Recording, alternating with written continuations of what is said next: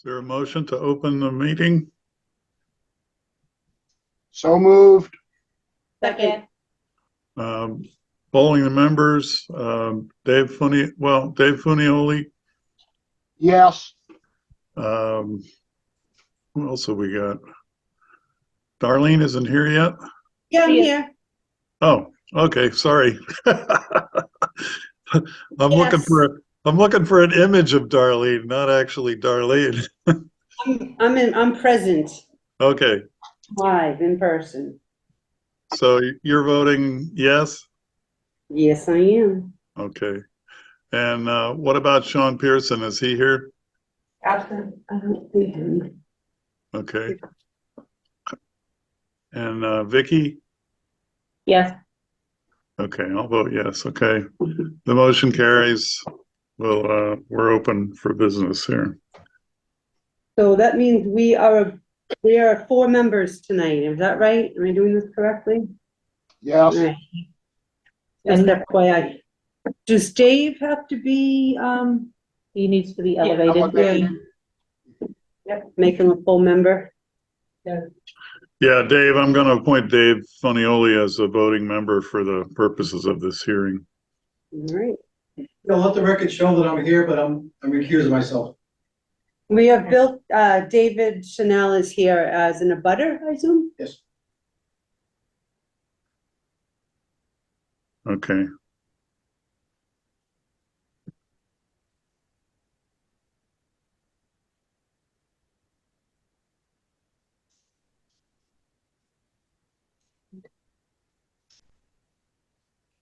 So Beth, we don't have any correspondence we could look at for 5 minutes or what?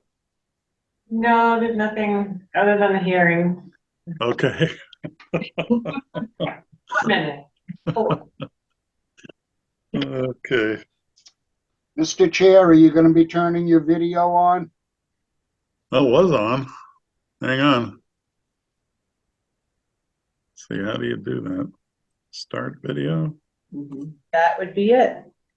Yeah. Oh, look, worked. Sorry about that.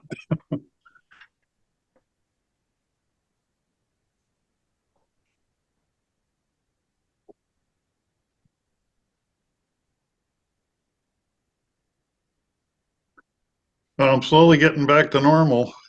That's pretty amazing. better. Yeah. Great. You have a little more energy?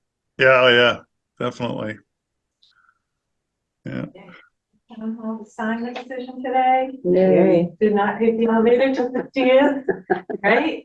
Oh, That's right. I got all the way in there to sign that decision, so. Yeah. We're good. Yeah.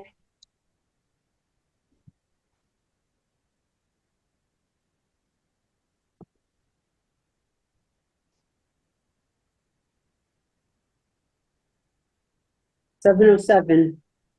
Well, we started at 7:10. 7:10, I think it said. 710 is the magic number. Is there anything coming up at town meeting or special town meeting that? May 2nd is the annual town meeting. Yeah, is there anything gonna be on there that we should be paying attention to? You know, any zoning changes or that we're aware of? Let's see, well, the site plan review special permit has some revisions in it. That was supposed to go at the fall town meeting, so it's gonna be carried through to the spring. That's 142, 532. Mostly administrative clerical changes there. I don't think anything, I'm not sure if anything else is gonna be brought forward, but, I think the warrant will open March. I'll check the date when I check the date. All right, so the dates on that.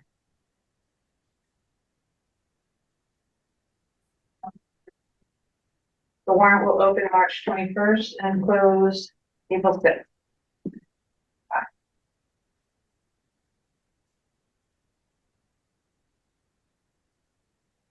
Yeah, we never got our special town meeting done because we didn't have a quorum, so we're gonna have an annual and 2 specials? A special? I don't know, how does that work? I don't think- Yeah, nesting. It's like Russian dolls, nesting special town meetings. Yeah.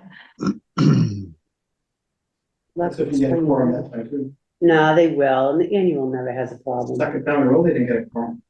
For a special, yeah. Yeah. This You is had the this- snowstorm. Because there's nothing great, it's just all monetary items, really, and the people don't think that's important, I suppose. Right? No Well, special the interest. second one, it was right after a snowstorm, so. I was there, full time. I was at the first one, I couldn't make it the second one. Should also do more advertising, but, because Well, I'm telling them, telling maybe people the if day we- of. Reduce the quorum to like 5 people, that'll get people going. We tried to, people really resist that. So, Darlene, I'm gonna ask you to read the notice since our clerk has recused himself. No. Is it in here? It's online. I'm lost without my computer. Here you go. Yeah, I know, we're so used to being on. thank you.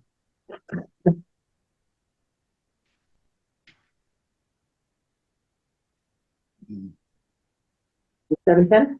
I have 7:10. All right.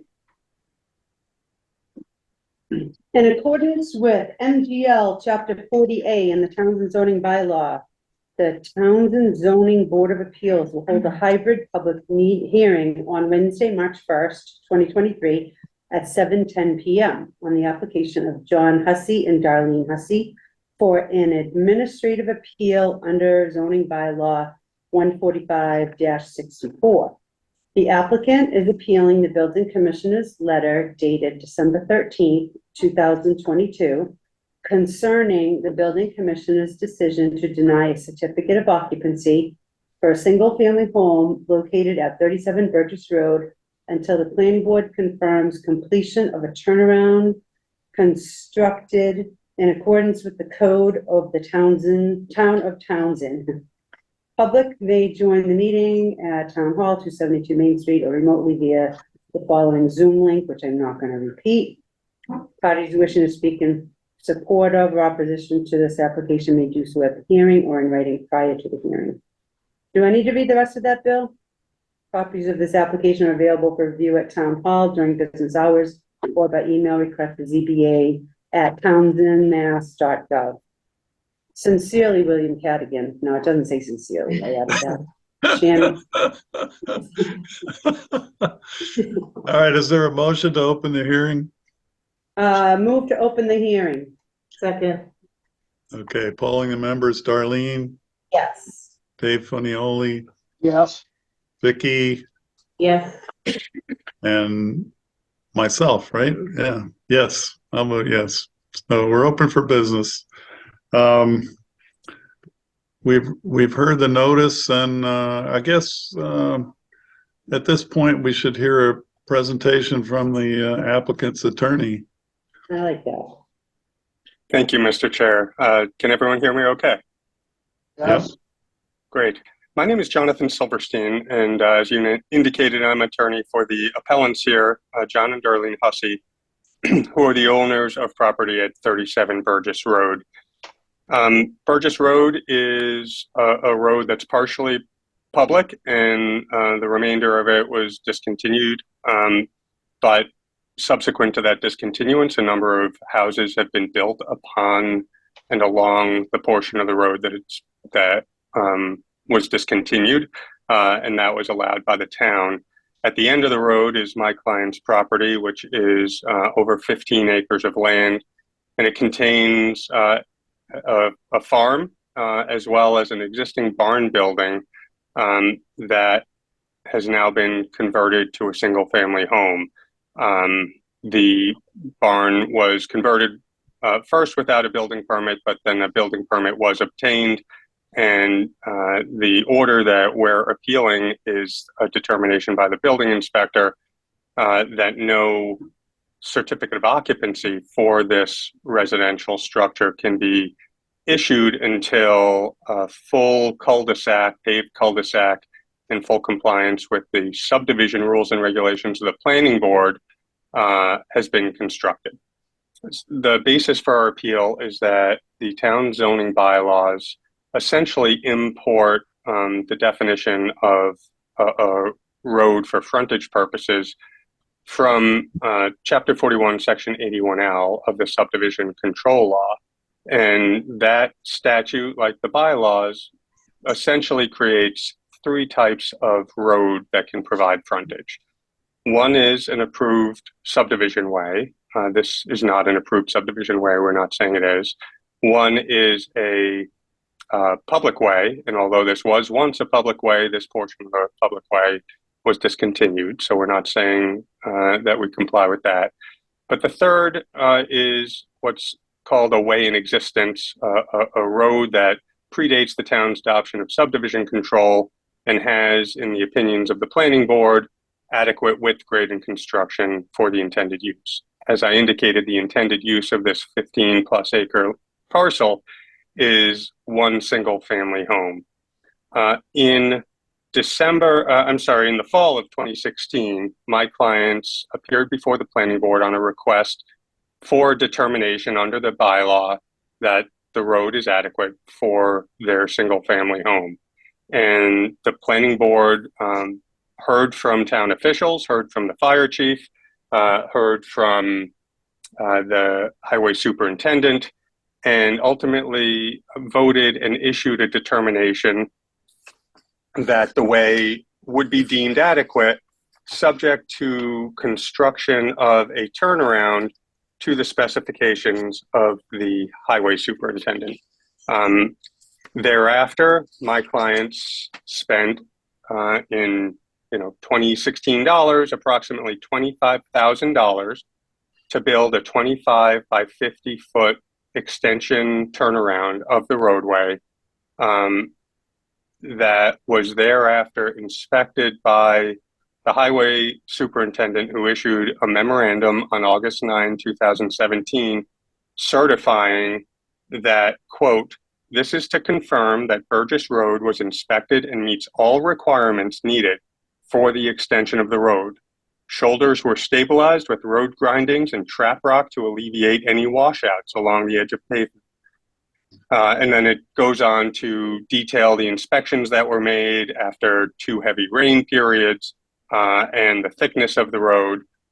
And it concludes, "Please do not hesitate to call me if you have any further questions." So this was the memorandum that was issued by the superintendent of highways directly under the planning board's decision that said that the road would be treated as frontage for this property to be a buildable lot as long as the specifications of the highway superintendent were satisfied.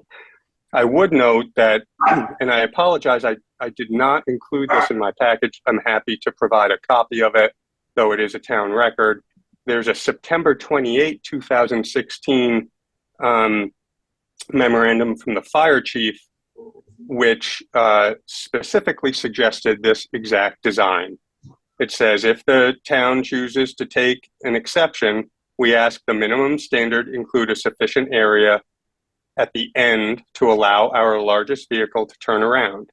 The area at the end shall extend 50 feet beyond the last driveway and provide a 20-foot wide by 50-foot long area beside the road to facilitate turning around."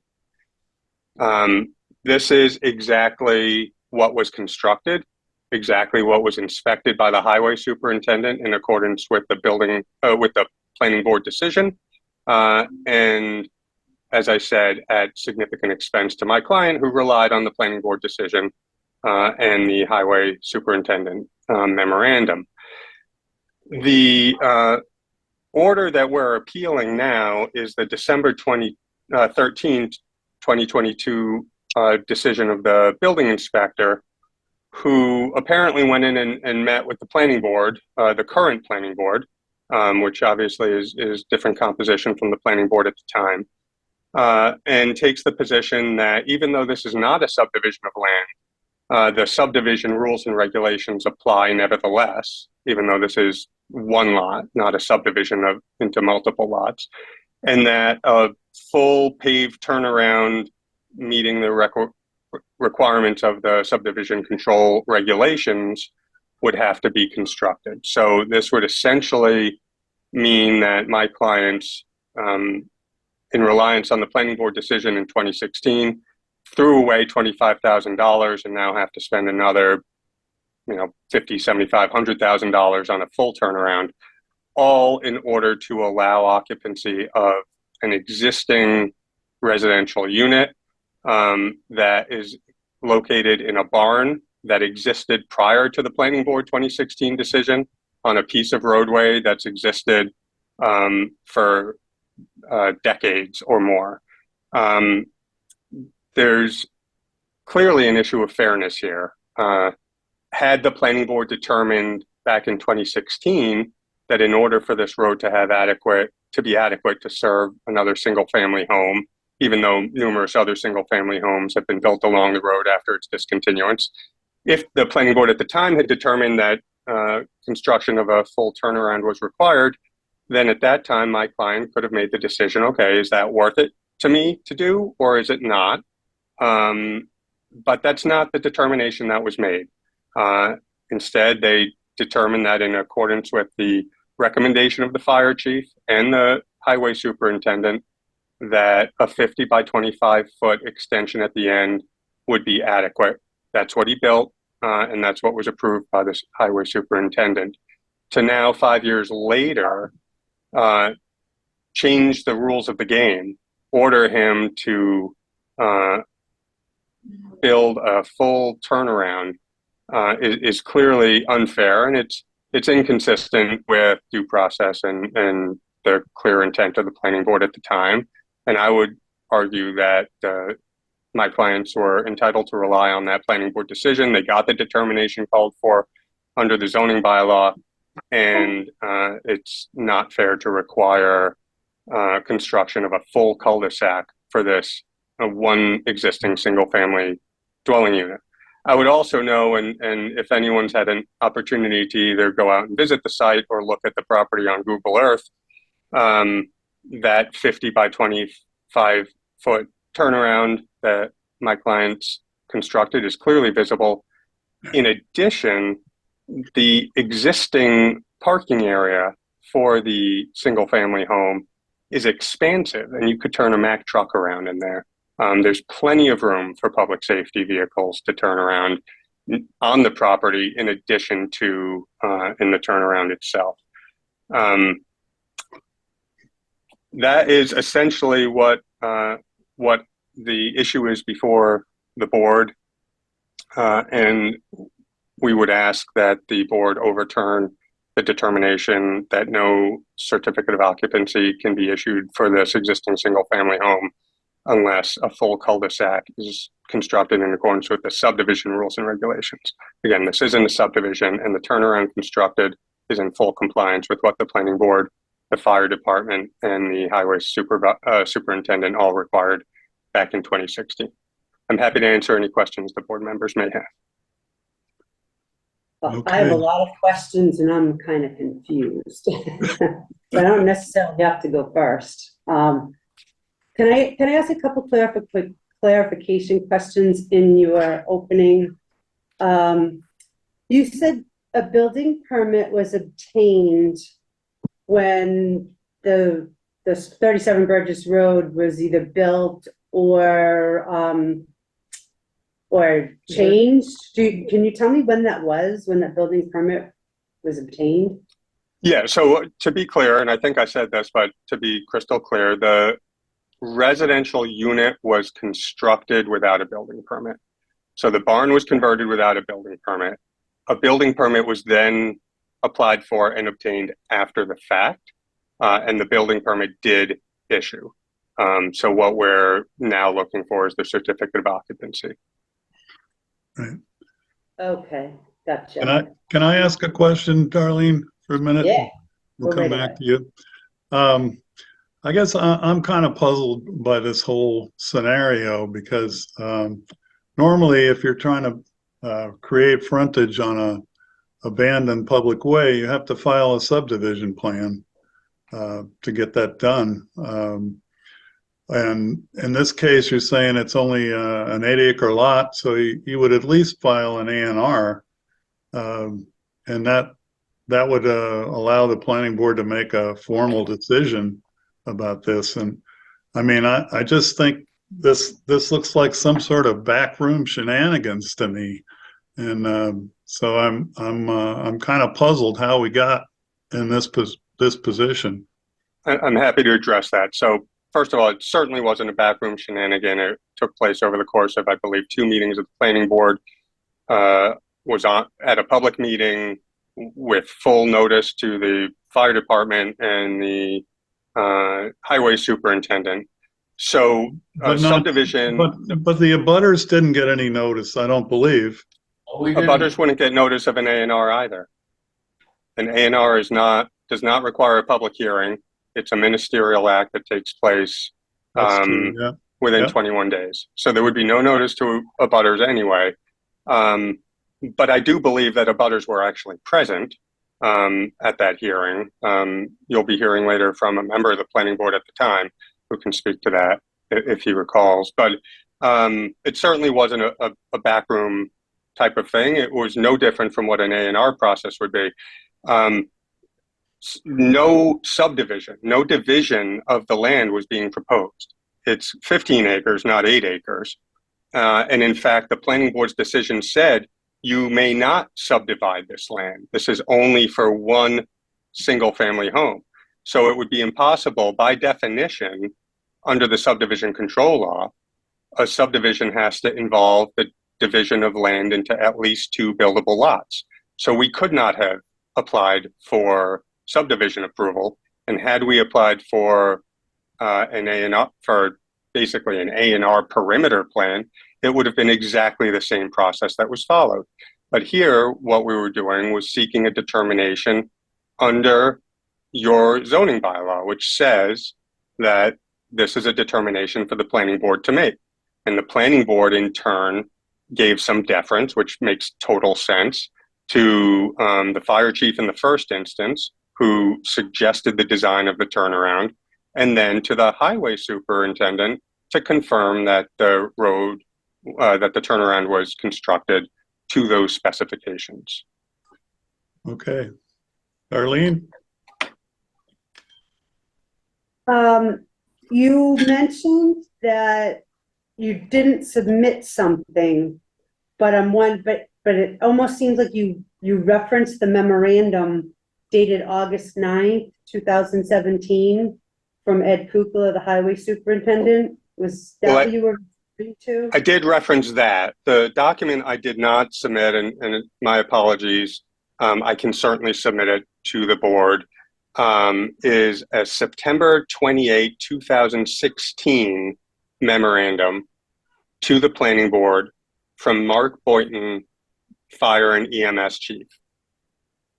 And it indicates that he was approached by John Hussey, that the fire EMS department have no issues with changing the status of the road as long as the road conforms to the requirements set forth in the Town of Townsend Code 175-16. That's the subdivision rules and regulations, or given an exemption sufficient to give emergency access vehicle and ability to turn around.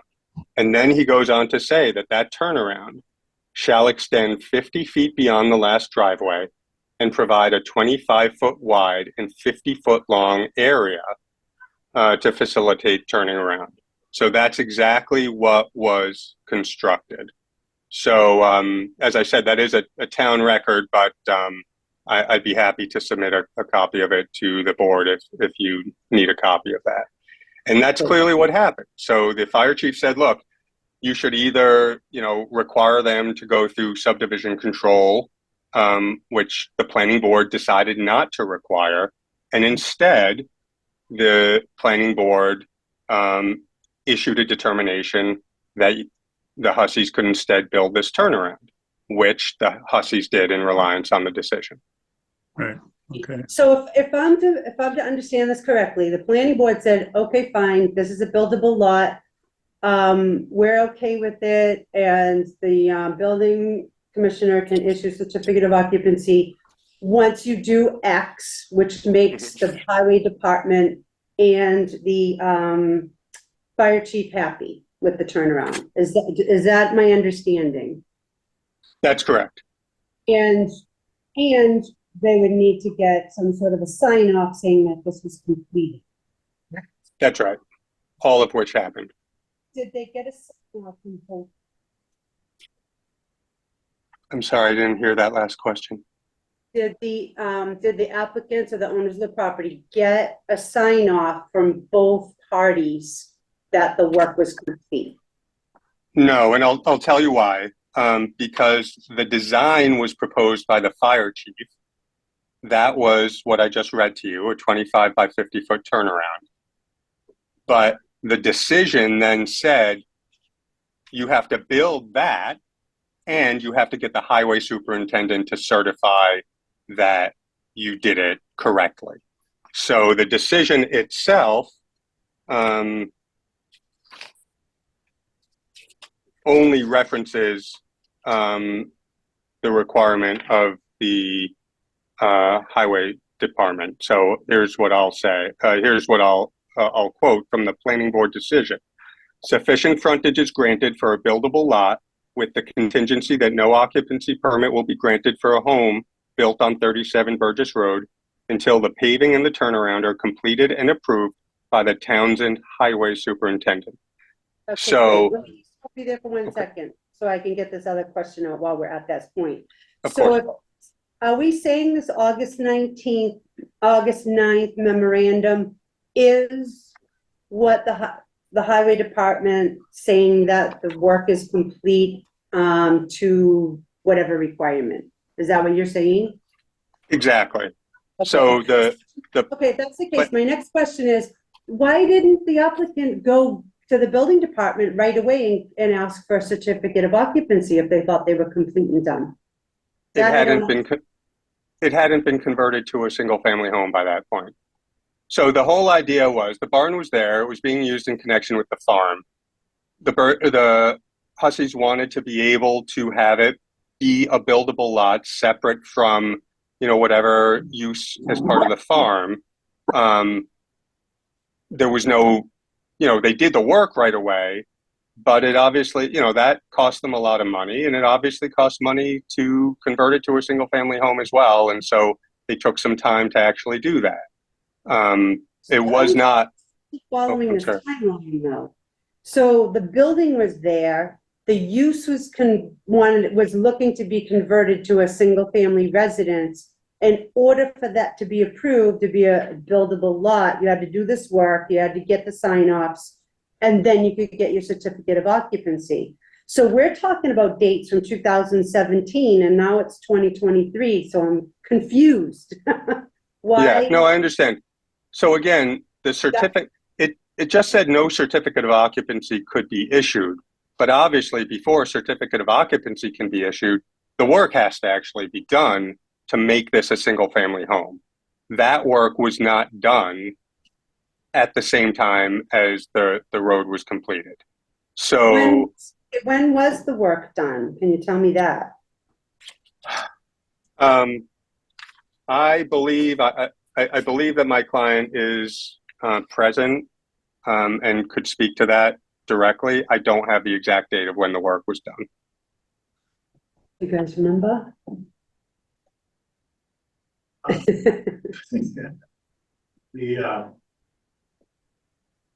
The asphalt slips should indicate when the road was paved.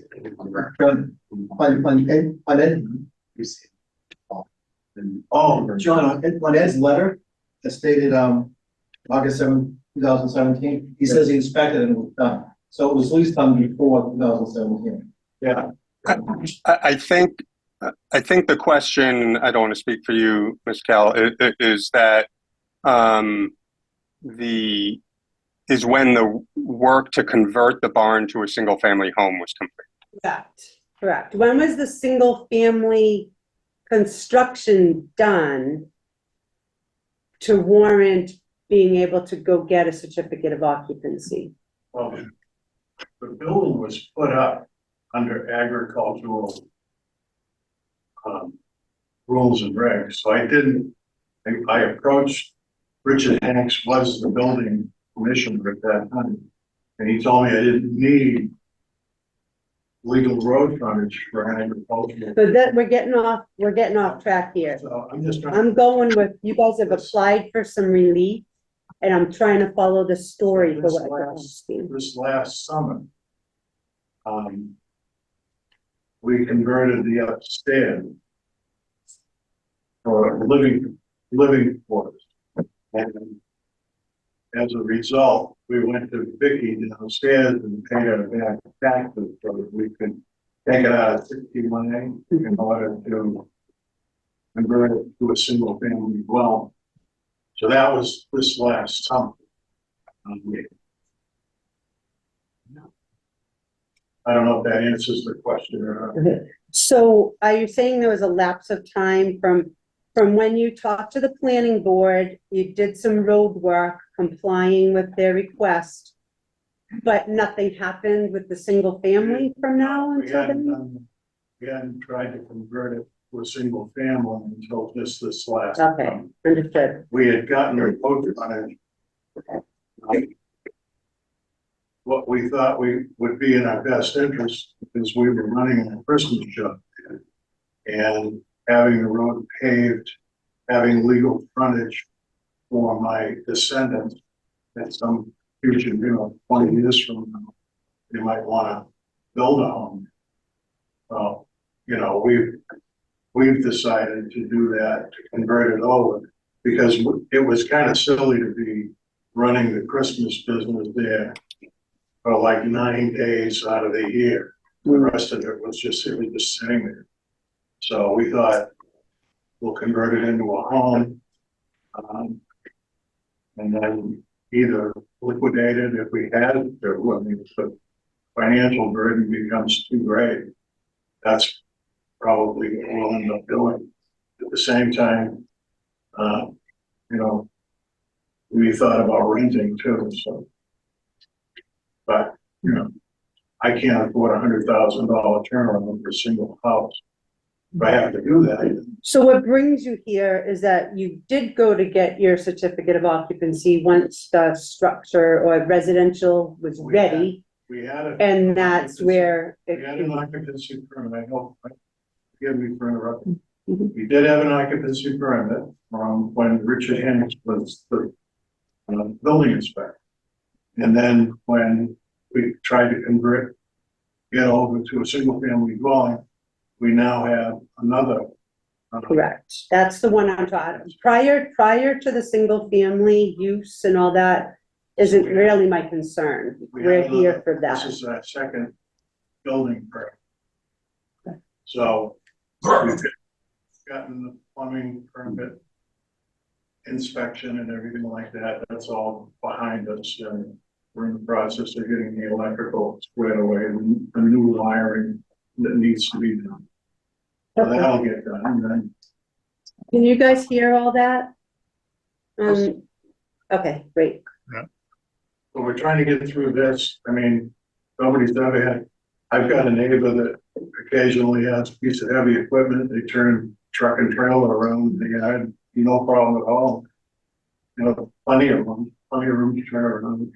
Well, that'll get to, can I ask the rest of the board, who's done a site visit, like drive up to the end of the road and checked things out? I Well, went today. I went up there and I didn't realize I had to go to the end of the road. So all I saw was that enormous firewood operation. So what I'd like to do is I'd like to schedule a formal visit so we can get out and take a look and see what. I was gonna report, I went and I was confused, so I was like, your barn up, and I said, oh, no, so I went to the end of the road and I go, oh, all right, that barn.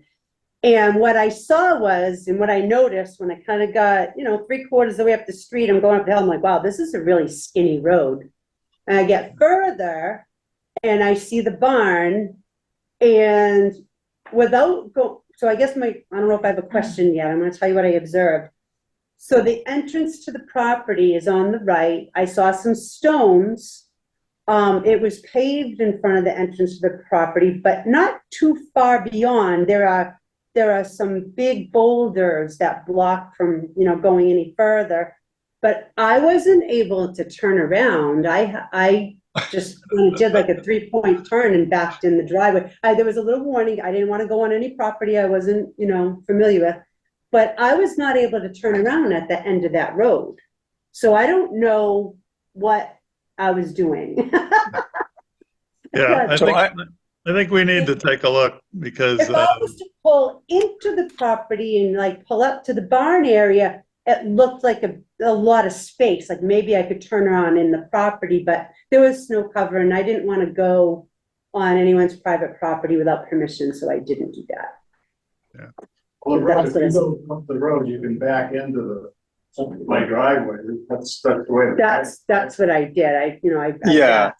I would- And that was the design suggested by the fire chief back in 2016, was that extension for 50 feet, 20 foot wide, and it would allow, and it's like a typical T turnaround. It's not a cul-de-sac, it's not a circle, it's a T turnaround, and that's what the fire chief suggested. Okay, and then my other thing that I was doing, so I looked over the whole packet today just to read everything and absorb it before I got here.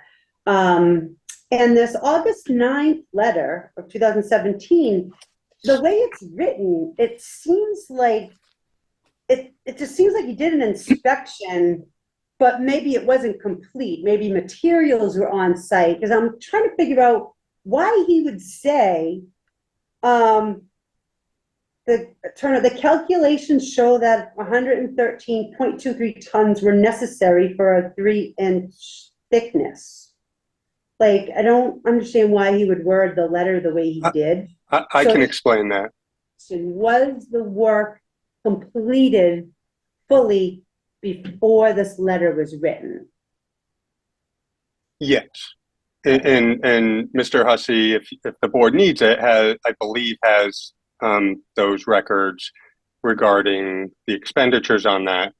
And that's what Mr. Kukula was referencing. So in terms of what he's saying is, look, I went out and I inspected the turnaround, and he said Burgess Road was inspected and meets all the requirements needed for extension. And then he talks about the fact that their shoulders were stabilized, and the reason he talked about the number of tons of asphalt was because it's a pretty simple calculation.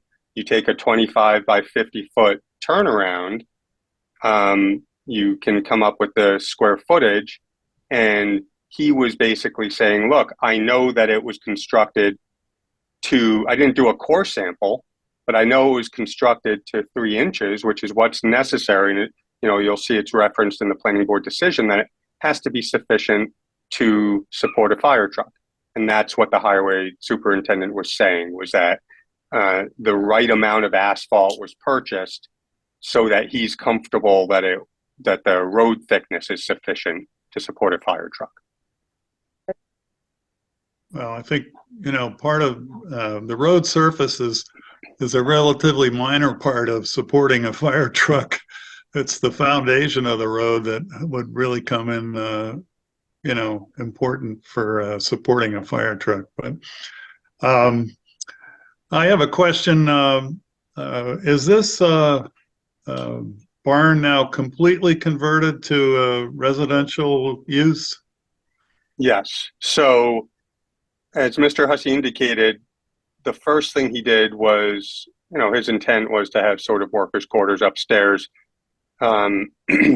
He was informed by the building commissioner that wouldn't be an option because it would be a mixture of both residential and commercial use. So instead, what he said is, okay, well, then I'll apply for a building permit to convert the entire structure to single family use, and we'll no longer use it in connection with the commercial operation. So we obtained that building permit and did that work, and that is the CO that we're now seeking. Okay. The other question I have, Jonathan, is you keep referring to a planning board decision, and I have not seen a piece of paper from that planning board that said decision on it. I'm used to decisions being labeled as such. Well, yeah, I mean, I understand what you're saying. I would say this, an A&R, approval of an A&R plan doesn't require any quote unquote formal decision. It's the same process that the planning board would use. As with an A&R plan, the notice went to the town clerk. This wasn't just an internal memo. It wasn't just a letter. It was a formal writing addressed to the town clerk, copied to the town administrator and the highway superintendent.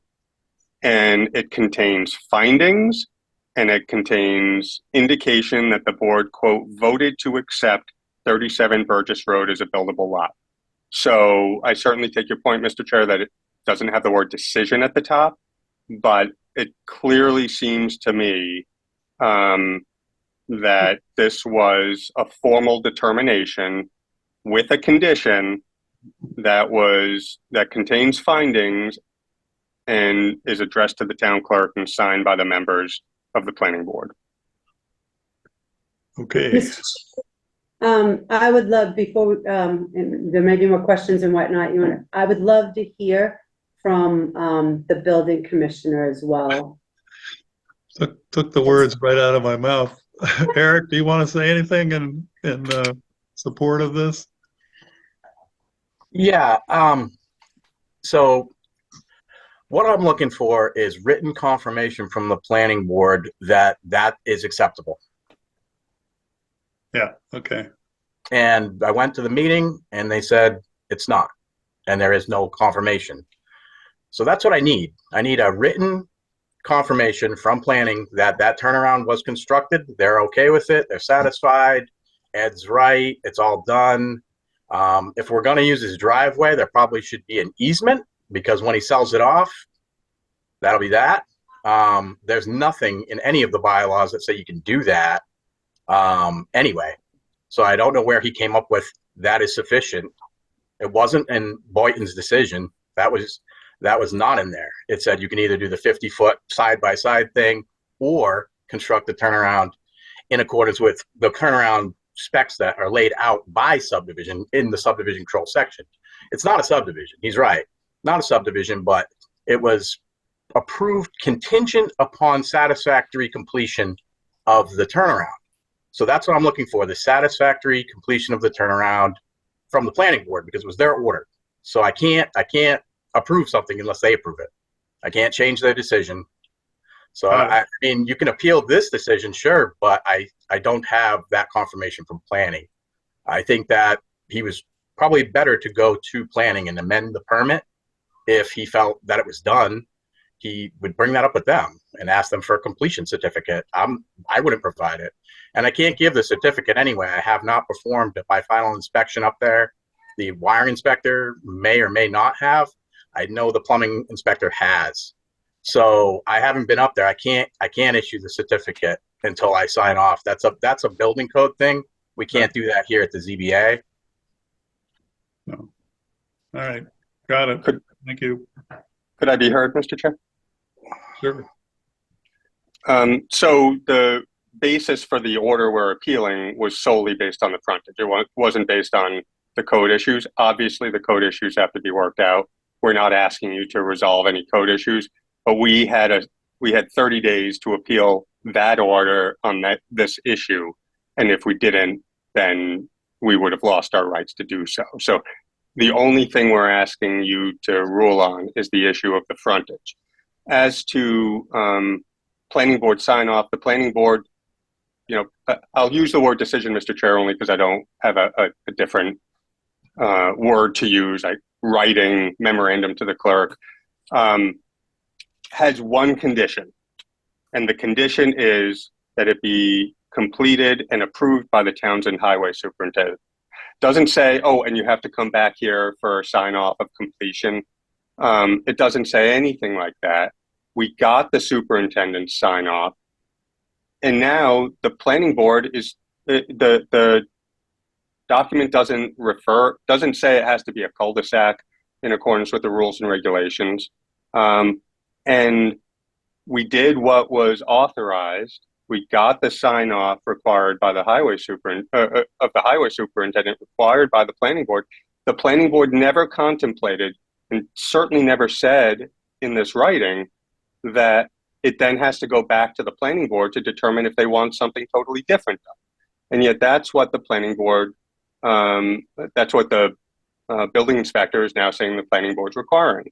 No, the turnaround you constructed and got signed off by the highway superintendent isn't what we want now, this new planning board. We want something totally different. And I do have to note that if you look at the planning board minutes from the December 12th meeting, it was very clear that the building inspector was advocating for that position. It wasn't simply, hey, you tell me what you want. It's very clear that he asked the planning board to determine that this turnaround is insufficient, and asked that a bond be imposed and that a requirement for an as-built be imposed, none of which is in the planning board's writing. And you know, this is, again, this is a matter of fundamental fairness. People can say maybe the planning board should have done something different in 2016, but this is what they did. And my clients spent a lot of money to them, and to tell them that that money was thrown out the window and that they now have to spend $100,000 to do a total turnaround to add one house at the end of a road that already contains numerous houses that have been added subsequent to the discontinuance of this portion of Burgess Road. It's really just a matter of due process and fairness.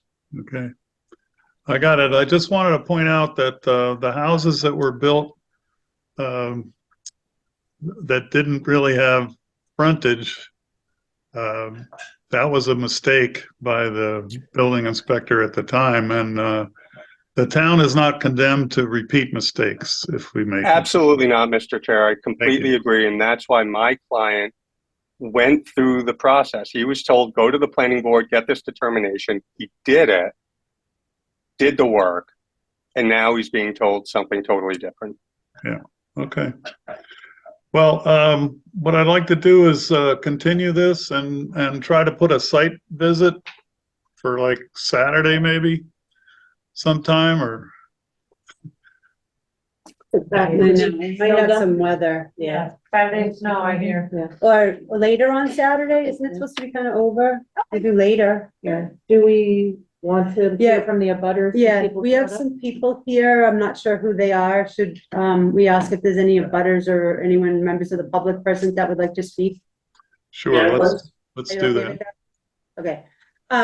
What I'm gonna do is have you state your name and your address and then tell us what you got to say. And if you could come up to the Yeah, table, that'd be great. Thank you. so everyone can hear you.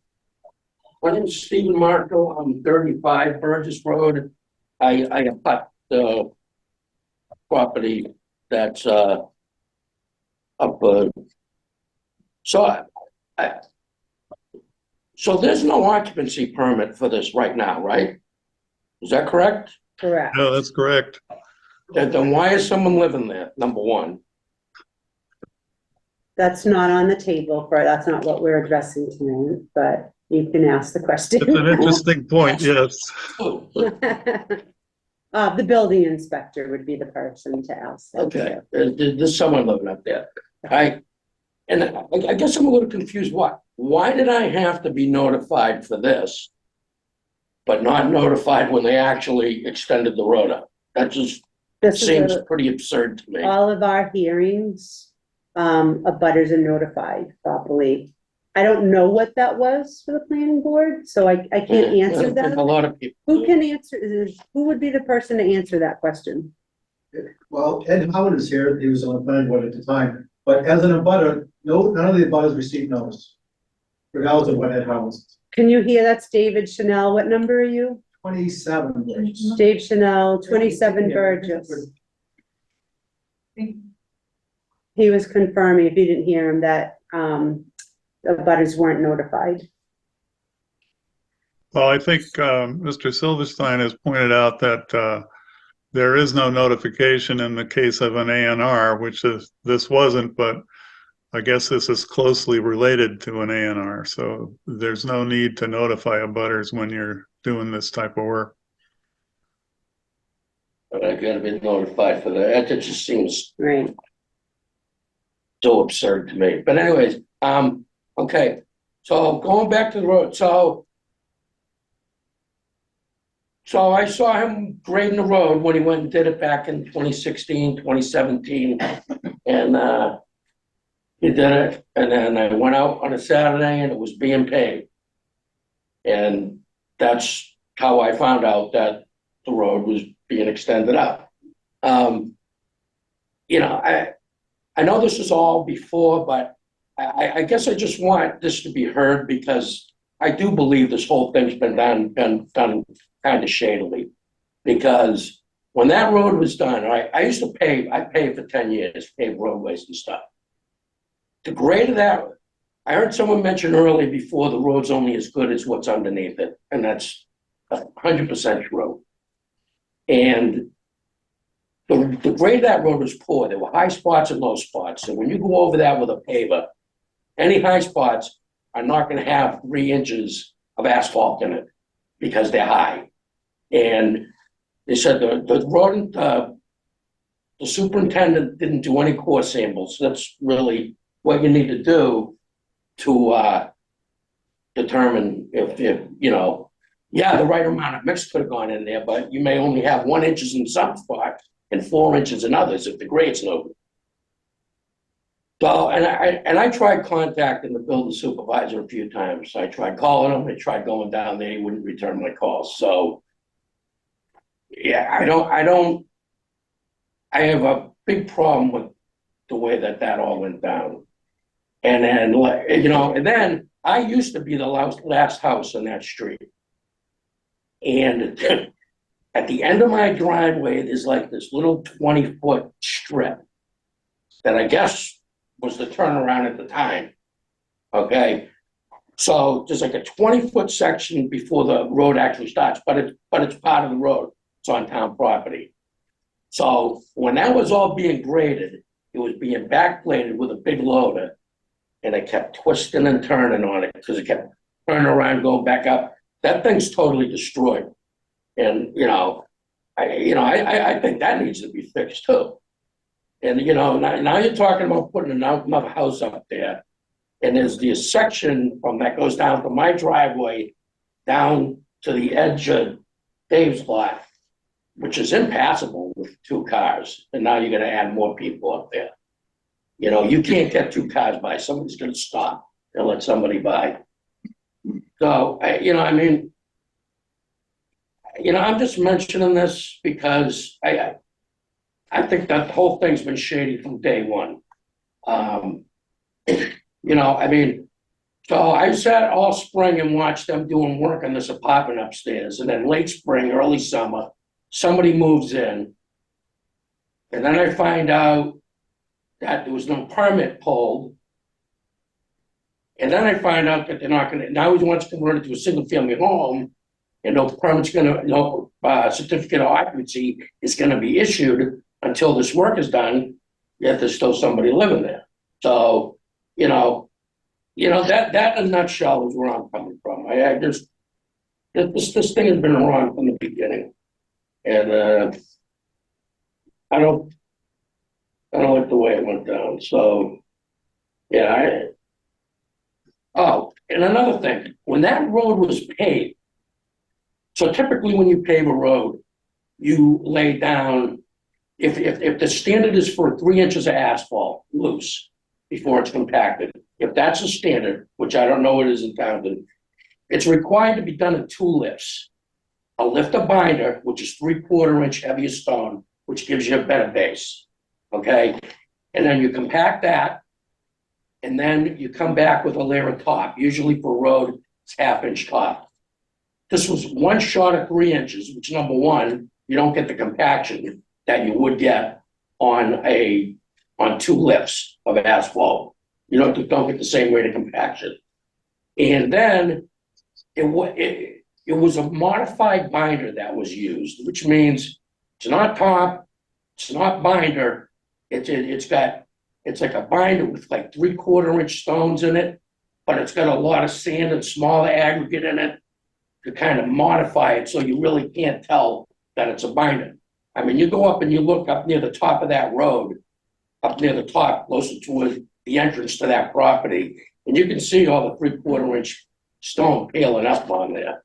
So, you know, I mean, yeah, the superintendent signed off on it, but that doesn't mean it's right, you know, I mean, I don't know what went on there, but all I know is you wouldn't answer any calls or anything. So from my perspective, this whole thing is, not been done right.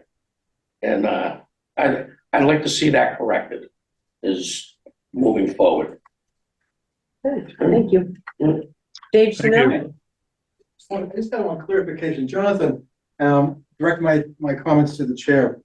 During Jonathan's statements and in his letter from January 11th, could he clarify what they're actually looking for?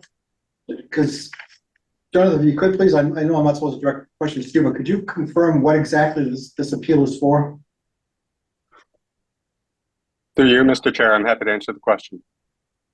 Go ahead. You're gonna tell me the answer, Bill. So the building inspector issued a letter stating that in order to receive a certificate of occupancy for this residential unit, there would first have to be a full turnaround constructed to the satisfaction of the planning board that meets all the rules and regulations with respect to a turnaround. So it has to be, quote,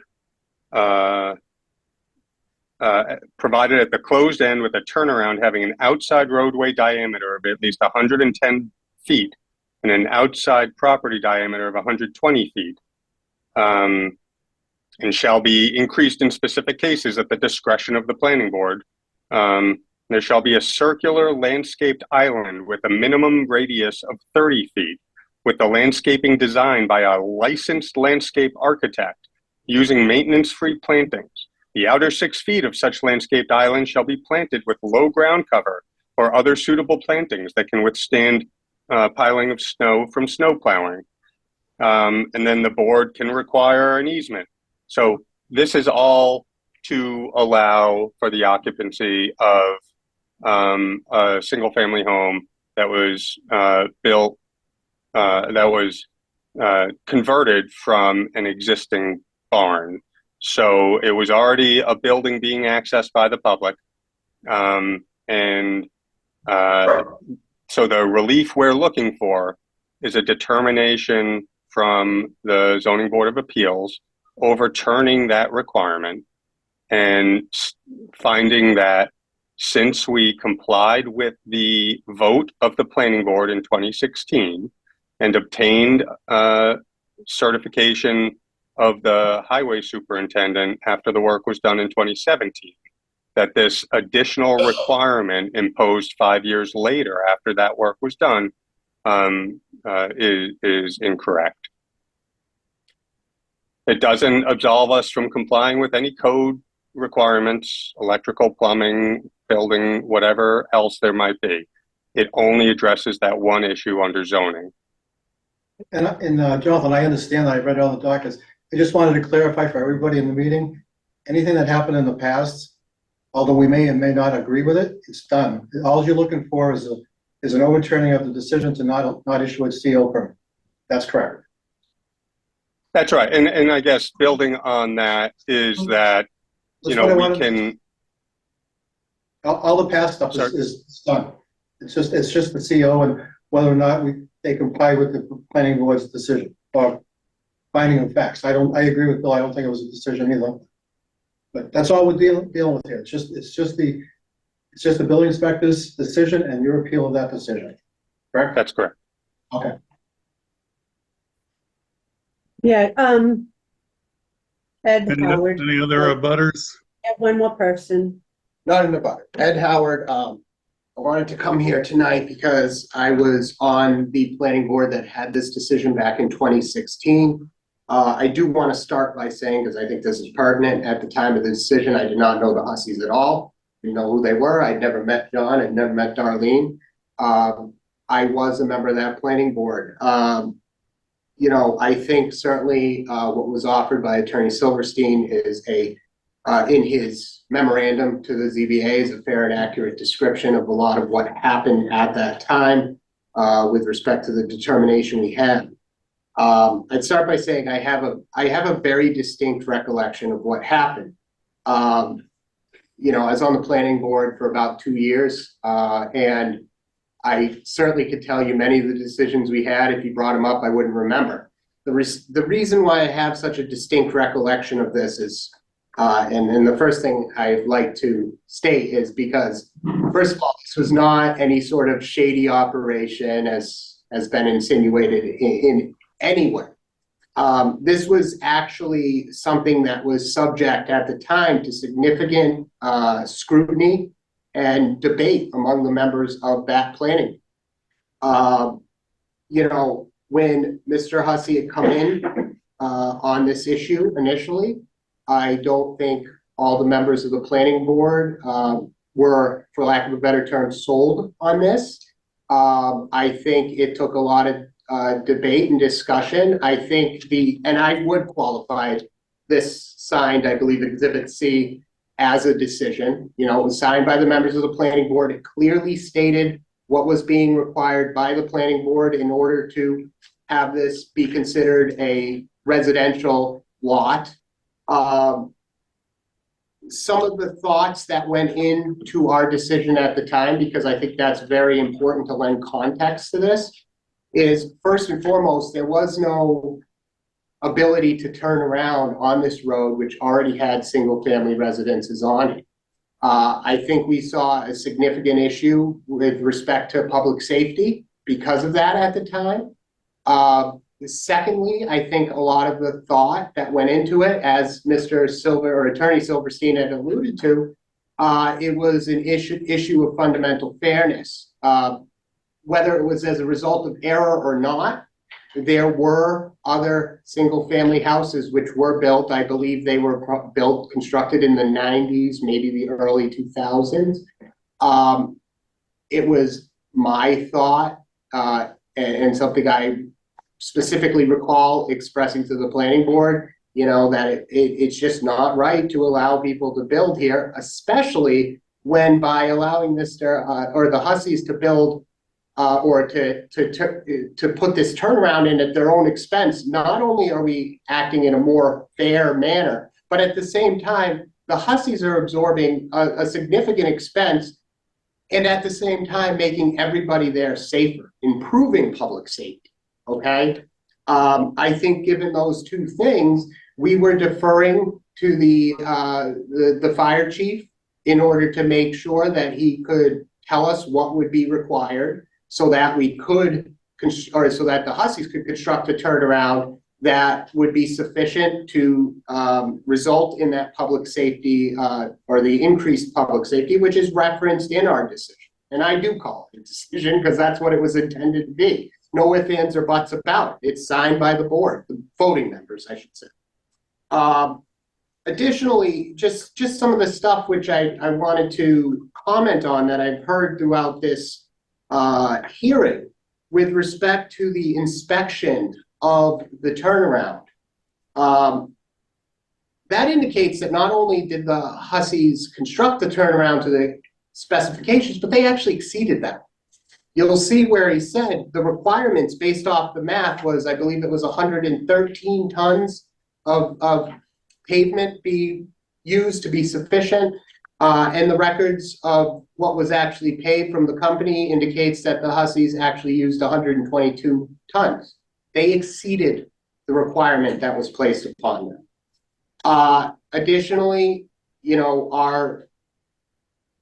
by the time we came out with the decision, the sole factor in terms of finalizing this was that Mr. Kukla at the time approved the turnaround, find that the turnaround was sufficient, and that was done.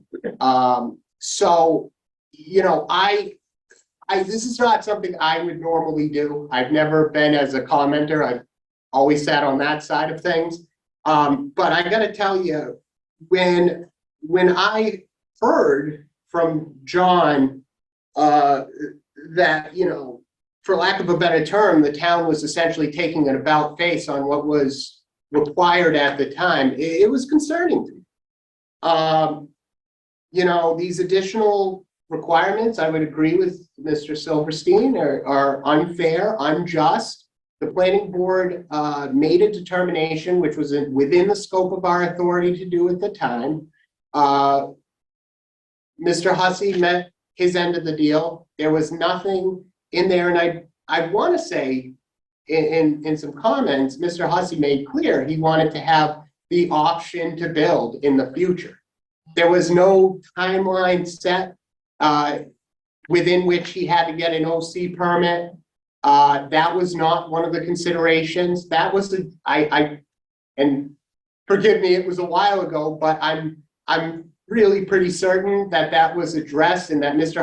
Hussey represented that he wanted to have the opportunity in the future to convert this to a single residence occupancy.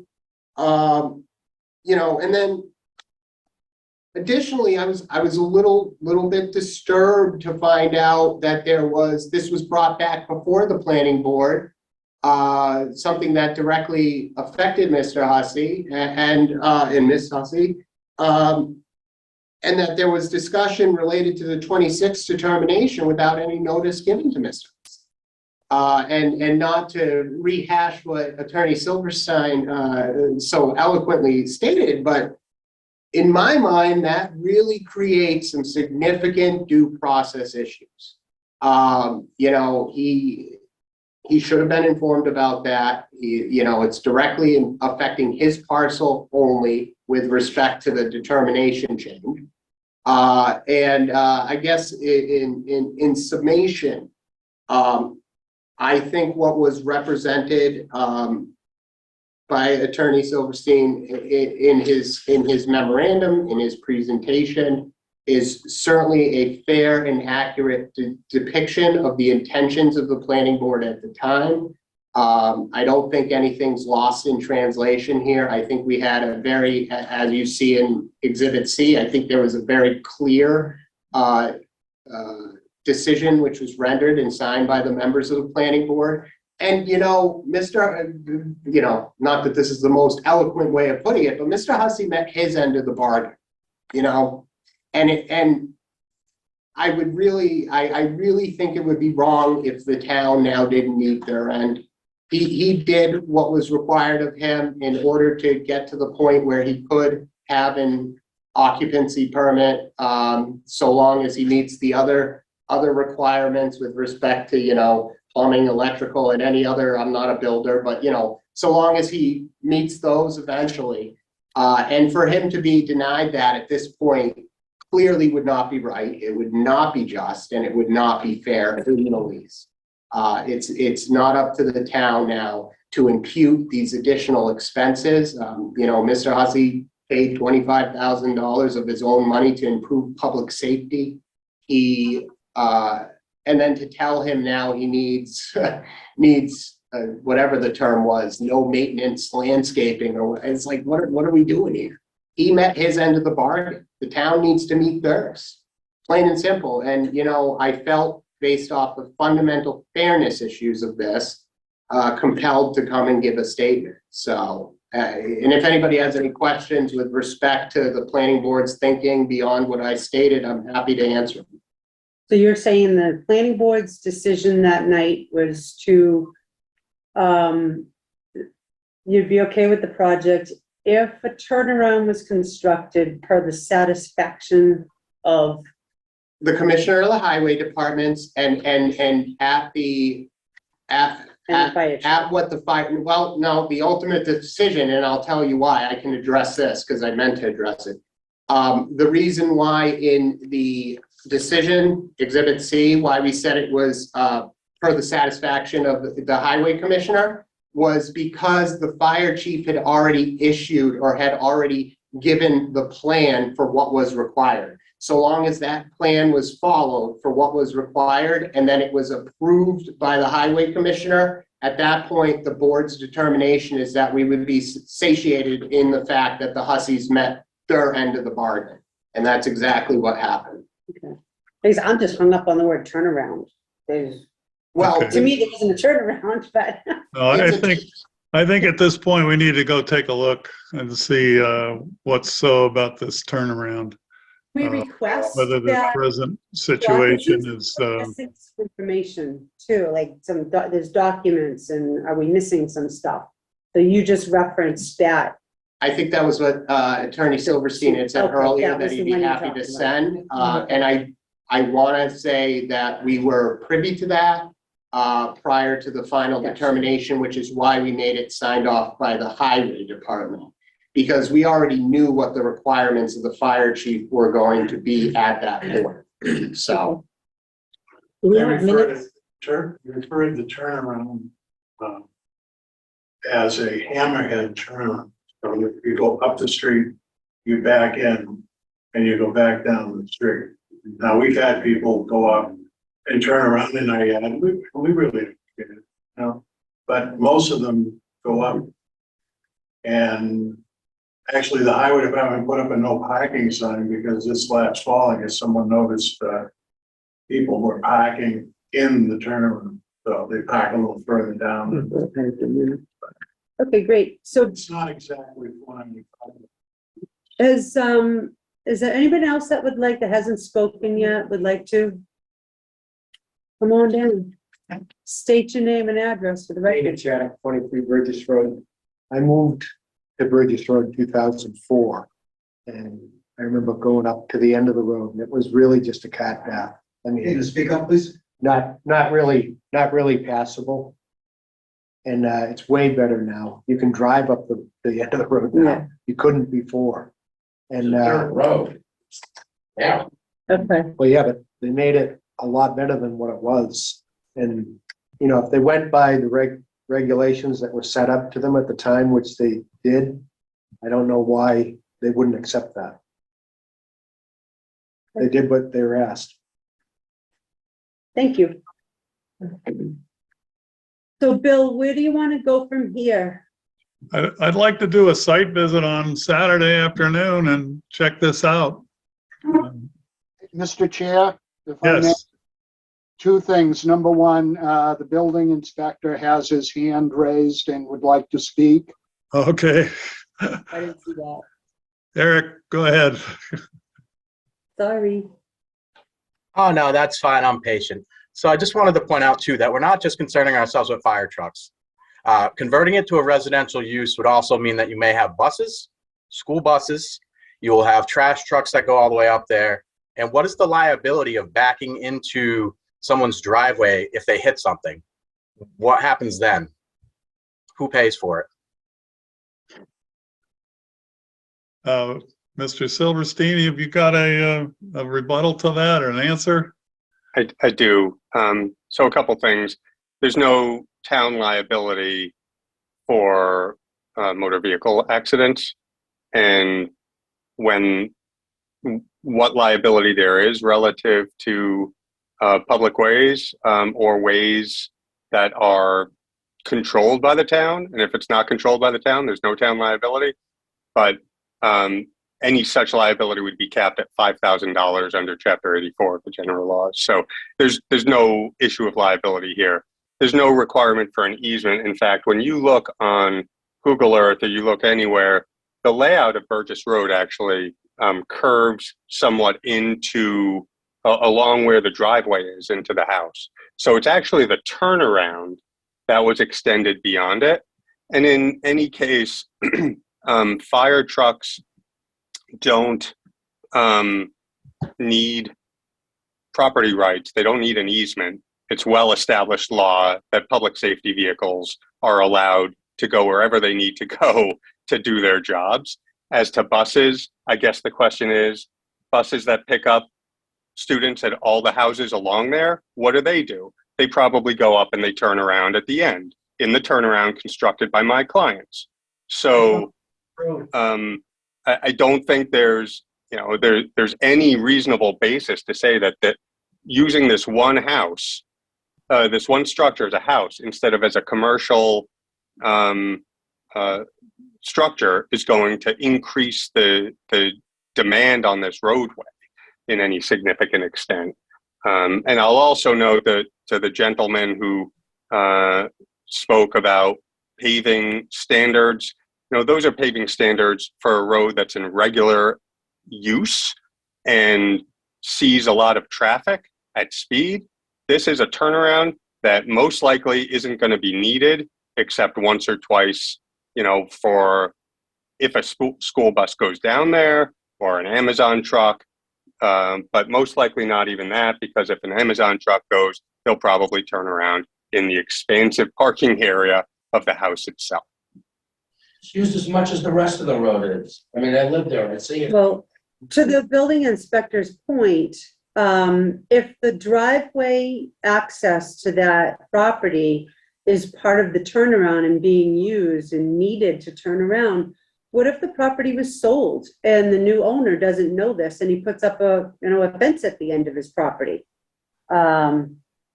What happens then? So I just mentioning that because I A get gate that. crossing the driveway, Yeah, because we're talking about the driveway. Well, if someone did that, then well, because the driveway is the turnaround, correct? No. Or am I confused? the turnaround, so the turnaround is a T-shaped, what was proposed by the fire chief, constructed by my client, and approved by the superintendent, the highway superintendent, is exactly what you see. It's a T-shaped turnaround. And so someone can pull up and back into the curved part of Burgess Road and drive back out. And I mean, we can talk about what ifs till the cows come home. I mean, how often does someone actually put a gate across their driveway? And if they did it, they would clearly be, causing an issue with respect to the turnaround, and the town would have the ability to enforce its own decision, which, as Mr. Howard indicated, was a decision. So the town would have every right to enforce that, because this is the condition for making it a buildable lot. All right. And if it gives the ZBA more comfort, we'd be happy. I'm sure my client would be happy to record this decision at the Registry of Deeds. We have one more comment from a member of the public. The road has never had a turnaround until now. Ask Shaw's, they back up to pick up the trash. Okay. So now there's a turnaround. That's not true. That used to be, the turnaround was my driveway, and that's what that thing was. Why does Shaw's back all the way up? All right, so, I used to have, no? all right, yeah, we need. It's okay. We're gonna go take a look at this turnaround. Thank you. So are we, do we want to request any, so obviously we need to do a site visit. We're going to continue this hearing. Is there anything we want to request for documentation for the next Do hearing? we have the planning board notes from that just happened December? Are they available? Yeah, it should be pretty good. And I would like to see I would like to see some more documentation. We've got a fire chief that had some input. I see nothing about that. I would like to see that. And if this is the decision, I guess we have that from the superintendent, but if there's anything else applicable that people are mentioning and we don't have it. I'm thinking about the both sets of minutes from September 2017, planning board minutes. That would be good to have. They're online, they're posted and approved. They're online. Can you just can you get it and put it in our packet for next Yeah. time? Okay, so we're gonna, what are we talking about? I thought I saw weather was gonna be late Friday into Saturday. Does anybody know? Yes, I was just online looking, Darlene. It's supposed to snow from midnight Friday through to 4 p.m. on Saturday. But it's, no. So Sunday is looking nice, though. Sunday? Okay. wanna do like 4 p.m. on Saturday? See how that, Well, the Yeah. thing is we're not going to be able to see much of the extended part of the turnaround if it's covered by snow. good point. Yeah. Okay. How about tomorrow? I could do any day. And if tomorrow's rain, Friday is supposed to be sunny and nice. It gets darker later now. Right. We could go at 4 o'clock on Friday if you want.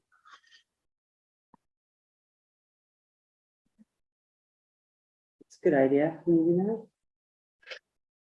Yeah. All right. Let's do 4 p.m. Friday. And when would we like to reconvene? Boy, I don't know. Let's see.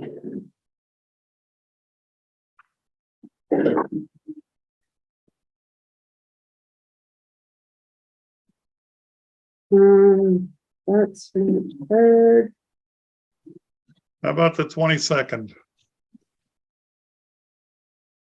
Of March. Yeah, sorry. what's our timing on this? This is an appeal, what's our timing? Well, We have 100 days to, Once we convene. but Make it- Oh, once we convene? I once always the forget. public hearing's closed, yeah, then. you Okay, have to- so we're good. Yeah, time. So you keep the public hearing open. All right, let's do the 22nd, what time? let's make it 7 o'clock again. That's, 7? On the 22nd, yeah, it'll have to be virtual. Conservation Commission's meeting in that chamber that night. Is there why did we do this as a, hybrid? Are we required to do this now? Or just, We're not required yet, but okay. because of, Would you be okay with us doing the next meeting all via Zoom? Do you care? Everybody else all right with that? Oh, number, They want, decide if you want to close the public hearing portion. if we have more information coming, I hesitate to do that. Bill, what's your take, Mr. Chair? yeah, I don't know that there's any, advantage to be gained by closing the public hearing at this time.